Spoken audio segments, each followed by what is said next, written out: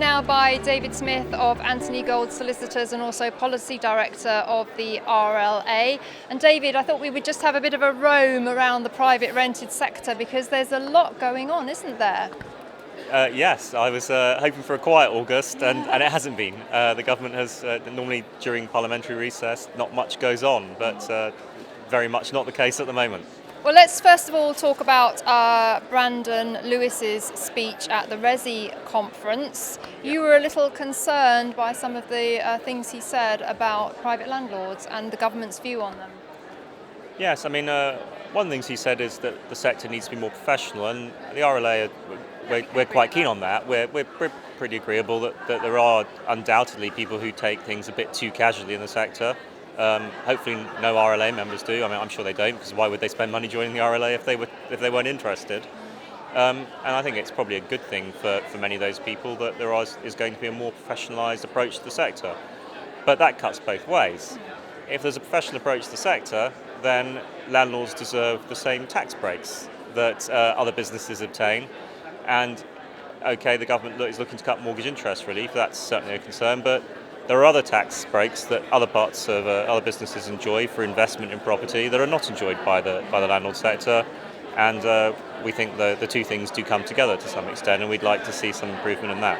Indeed, and you're in sort of discussions with the Treasury about the tax issues, and you feel that there won't be a U-turn on this. And I don't know, my sort of feeling now is that the government is looking to get rid of what I call the mom and pop amateur landlord, the cottage industry landlord, and really just go for much bigger institutional investors. Well, I'm certainly one of the ways of reading Brandon Lewis's speech was along those lines. I hope that's not what he means.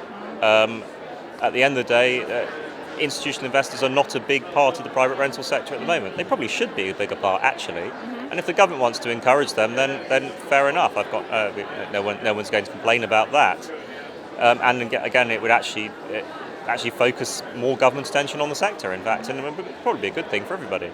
But I don't think the government should ignore that the sector is overwhelmingly currently small landlords. And even if there was more institutional investment, there will still be a lot of small landlords in the sector, and they are a key part of the sector. And there should be diversity in the sector for a thriving, well-run sector. And I hope the government is not suggesting, I'm very sure they're not, I hope they're not, that we should have one and not the other. We need both. And yes, we need to both be more professional, but they both have something to give. Indeed. And I hope they take that on board. Indeed. And the other thing that happened this week was smoke detectors and alarms, CO2 detectors. The House of Lords have thrown out the legislation, but it is still coming into effect on the 1st of October. Well, it's a bit of an uncertainty at the moment. So the government published a guidance booklet as if the regulations were going to come into force. There are some concerns being raised by the House of Lords. We understand that's to be debated some point next week.